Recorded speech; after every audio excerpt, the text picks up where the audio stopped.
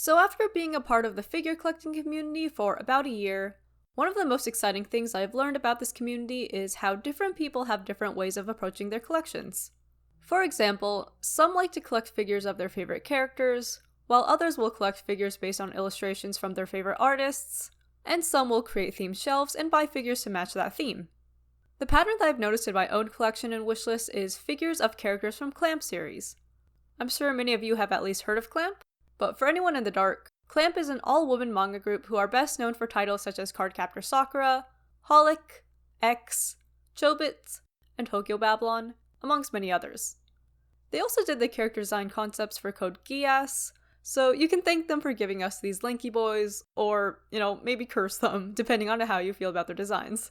Clamp also recently collaborated with Yuzuru Hanyu on an illustration/picture book, so they definitely have lots of creative projects outside of just making manga. I do like to collect some of their manga series and art books, but for this video, I'm just going to focus on my collection of Clamp figures. I'm going to start off with some of the smaller items with the Clamp no Kiseki, or the Miracle of Clamp, chess piece trading figures. Like the name suggests, if you collect the full set, you'd have enough figures to create a full chess set, although they are a little too big for a standard chessboard.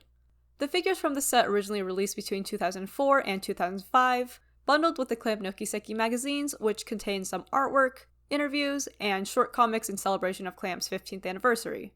Each book originally came bundled with 3 of the chess pieces, and in Japan only, if you collected the whole set, you could actually receive a magazine holder for all the books, a special chessboard for all the pieces, and these exclusive Kero and Supi figures.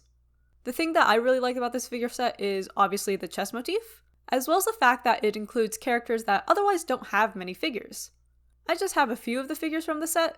I have Kamui from X, who is a king piece, Kohaku from Wish, who is a bishop, Ashura from Rigveda as a rook, and both the white and black Mokona from Tsubasa Reservoir Chronicle and Holic respectively, and both of them are pawn pieces. I was lucky enough to pick these guys up for $3 each at Book Off, but to be completely honest, I only really picked them up because they were cheap and happened to be available in store. I don't intend to collect the rest of the set just because I'm not into smaller trading figures.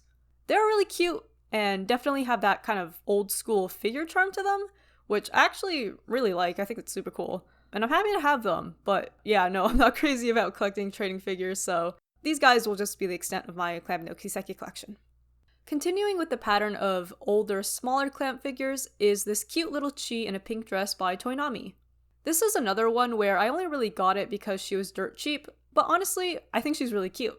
Her arms are fully articulated, so you can pose her in all sorts of different ways, like with her hands over her knees, or covering her mouth like she's laughing, or reaching out, whatever you feel like. I like to display her covering her knees because I want to hide the fact that she's scuffed. To no avail, let's be real, you can still see where the paint is missing, but, I still think she's really cool. There's also a matching Freya, or technically Chii in a black party dress, which was a San Diego Comic-Con exclusive back in 2005.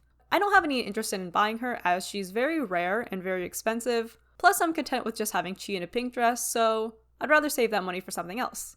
But yeah, she's really lovely, also has an old figure charm to her, and I'm glad to have her as my representative Chii figure until HobbyMax decides to re-release their Chii scale. I'm still holding out hope for that one. So I got all of those figures for a really good deal so far, but the next 2 I want to show have ridiculous aftermarket prices to the point that I'm actually a little embarrassed that I even bought them, and that's both of the Cardcaptor Sakura Nendoroid Codes. This is a line of Nendoroids that has since been dropped by Good Smile Company, but I think that the main selling point is that they're a lot more static and come with fewer pieces than regular Nendoroids. Basically, it's just a Nendoroid with only one faceplate, a static torso and lower body pieces, and a hexagon base. The retail prices were also a bit lower than regular Nendoroids at about 2,700 yen a piece, but as I mentioned earlier, the Sakura ones are stupid expensive. But embarrassing price aside, I'm really happy that I have these 2 because they were the only Sakura Nendoroids that I was really interested in. The cat-made one especially was a grail of mine for a while, and I really thought that I wouldn't be getting her anytime soon, but then I was able to get her without a box at a slightly better price than you normally see, so that was really cool. This is definitely one of her most iconic outfits from the whole series, and the cat girl concept has a wider appeal outside of the Cardcaptor Sakura fanbase, so it's no wonder why this is the more sought after of the 2. But I do have to say that I love the Angel Crown version just as much. Her faceplate and pose are a bit more expressive in this one, and of course, yellow is my favorite color. I really like the Kode line, and since I'm not too interested in all the little parts that come with regular nendoroids, I think that these two are a nice compromise for me. And one more figure that I want to show before I move into the larger scale figures is the Kotobukiya Kobato non-scale figure. Just for size reference, I would put her around a 1/10 or 1/9 scale, meaning that she's a small figure. Placed beside the Kotobukiya Sakura, Kobato looks very tiny. She's another figure that is clearly on the older side, her hair is a bit clunky, and her face honestly looks a bit bootleg, but all of her flaws aside, I have to say that I'm really happy to have her. I was already pretty happy when I won her on Yahoo Japan auctions, but after seeing her in person, I really appreciate her much more. Some of my favorite details on this figure are the real fabric ribbon, the cute little bird prints all over her kimono and umbrella, and especially the little bird on the end of her umbrella. Also, Kobato's kimono is yellow, so that's right up my alley. If you couldn't tell by now, I really don't mind how scuffed some older figures look, just because I think it adds to the charm. Kobato is super cute, and I really loved the series. 10 out of 10 figure, cannot give enough praise for how lovely she is. The one downside was that, as cute as her umbrella was, it was mad stressful to get into her hand. I was really worried that I was going to snap something off when I was trying to get it in there, but it's in there now, so we're all good.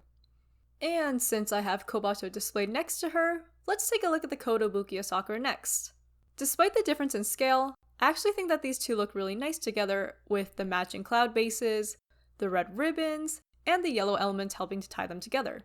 In fact, as a whole, I really like this entire Magical Girl shelf setup, with pink and yellow as the main colors, but I digress.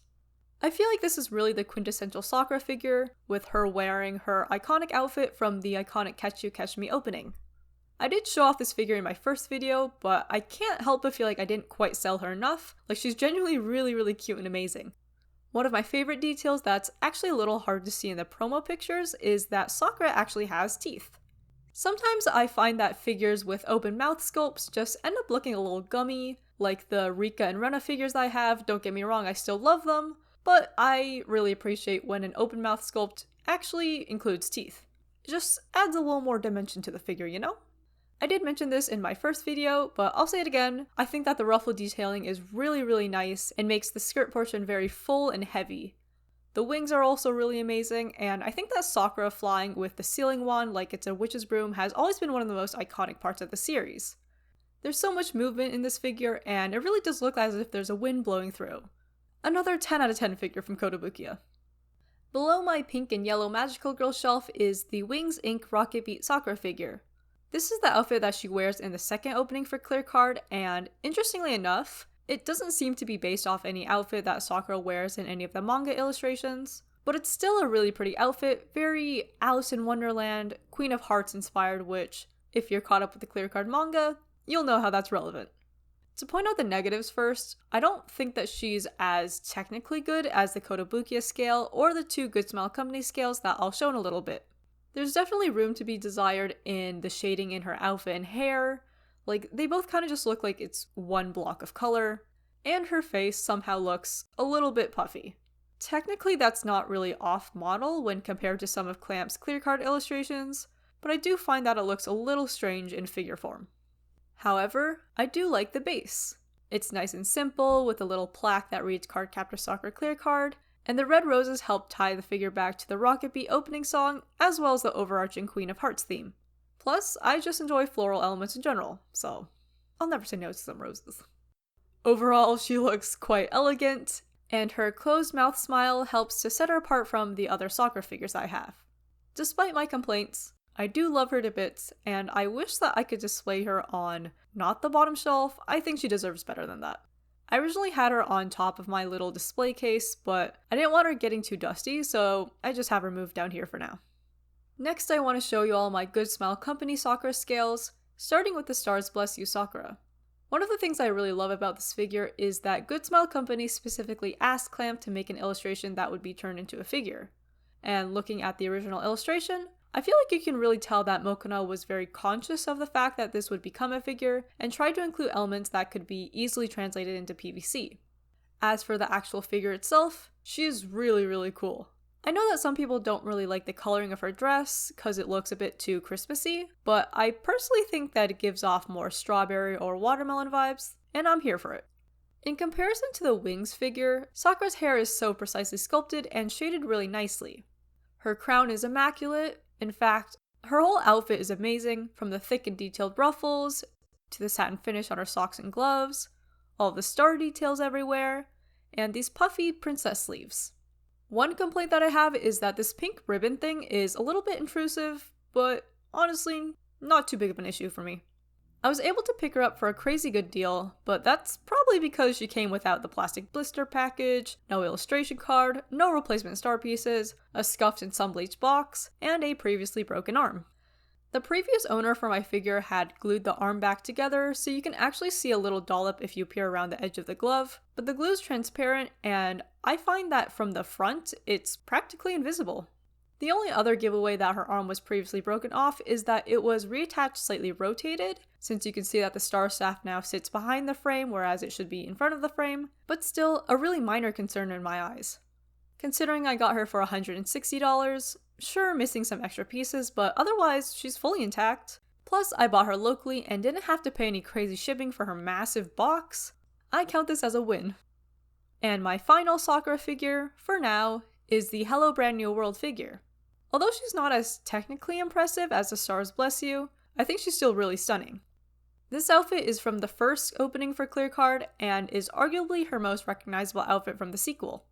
The last few Sakura figures I showed were quite bright and vibrant, whereas this one is definitely more muted since her outfit is white, but I still find that there's some really nice shading along her dress, as well as some more purple shading along these fabric bits. Once again, I really have to say that Good Smile Company nailed her hair sculpt and shading, very detailed and precise just like they did on the Stars Bless You one. I also really like the crystals on her legs that are inlaid to her skin, just think it looks super cool. The only downside about this figure is that mine came with a piece of the crown broken off, which isn't that big of an issue considering you can't even see it from the front, but I was still a little sad when I opened her up. Actually, this Sakura figure was the very first figure that I'd ever received. My older brother had ordered her off of Ami Ami as an early birthday present for me back in 2021, since he knew that I liked Cardcaptor Sakura and was interested in the figures. So a big thank you to my brother for getting me her. She is very lovely and beautiful, even with that little broken piece. Now that I think about it, with the exception of this figure that my brother got for me, I actually got all of my Sakura skills for what I would consider to be pretty good deals, especially considering how crazy the aftermarket prices are for Cardcaptor Sakura figures. Although, to be honest, I probably wouldn't have picked up any of them for their aftermarket prices, so I was definitely very fortunate in this regard.